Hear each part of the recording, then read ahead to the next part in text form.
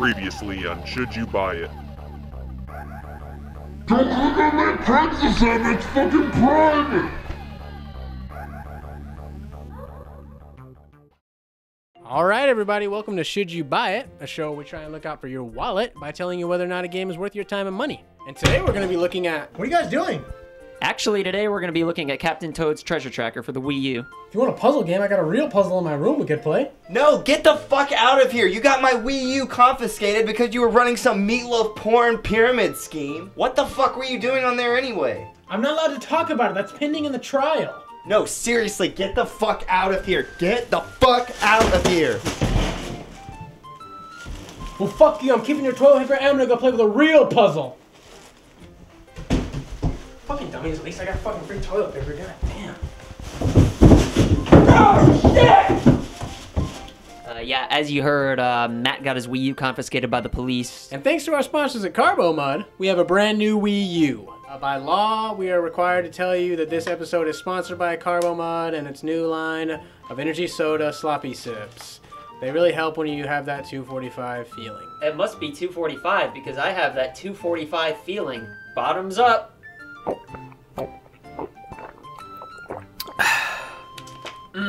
That really hit the spot.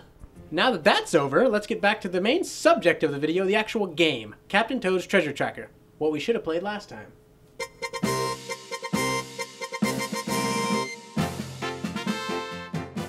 You might remember Captain Toad's short puzzle sections from Super Mario 3D World. And if you thought to yourself, I wish they'd just make a full retail game out of this, then you're in luck because it's exactly what this is.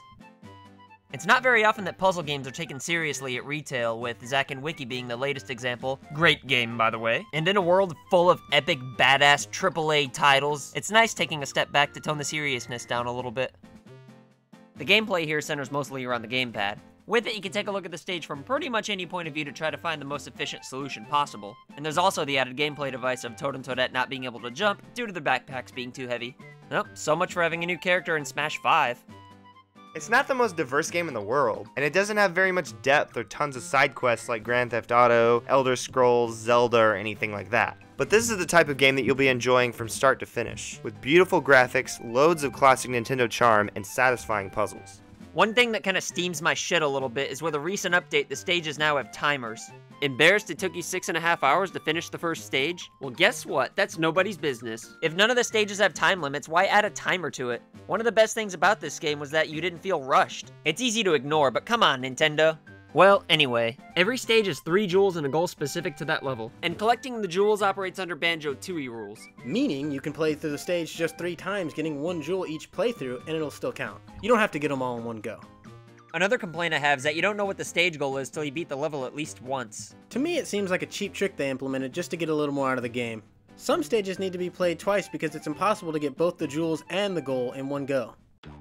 But we're trying not to spoil the solutions to any puzzles in this video. I mean, not that it really matters, this game's pretty easy for the most part, which is kind of a letdown. There are certain parts that are moderately difficult, but it's usually only challenging because it involves quick maneuvering with Toad and Toadette, as opposed to being stumped on a puzzle that makes you use your noodle like Lolo. The presentation and music in this game are wonderful. After all, this is Nintendo, so after 30 years we'd expect nothing less from the big end. The story's told through brief cutscenes and by looking at pages in a book. It's a bare-ass basic story, but for this kind of game, it fits perfectly.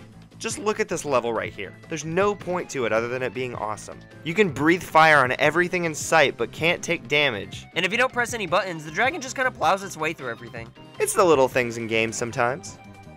The game is comprised of 3 episodes, leading us to believe these were supposed to be downloadable games until somebody at Nintendo said, "Fuck it, squeeze it into full retail." Completing all 3 episodes will only take you a few hours even if you're going for 100%. But then there's one more book full of bonus levels that contain 1 of 3 different types of stages. Stages from Super Mario 3D World that are modified so you can beat them without jumping. Toad Brigade levels that have you find all of your Toad companions who have been slacking around in areas that make it questionable as to how they got there. Finally, we have Mummy levels that keep you on your toes by not letting you stop for more than a second while avoiding your mummy counterpart. Insert Brendan Fraser joke here. No, you're supposed to make a Brendan Fraser joke. Oh.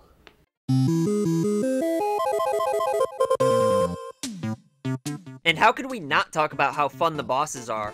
It's so satisfying being so powerless, yet somehow being able to slay these foul beasts. Fuck them. While the entire game is pretty easy, the final level is actually pretty fucking hard.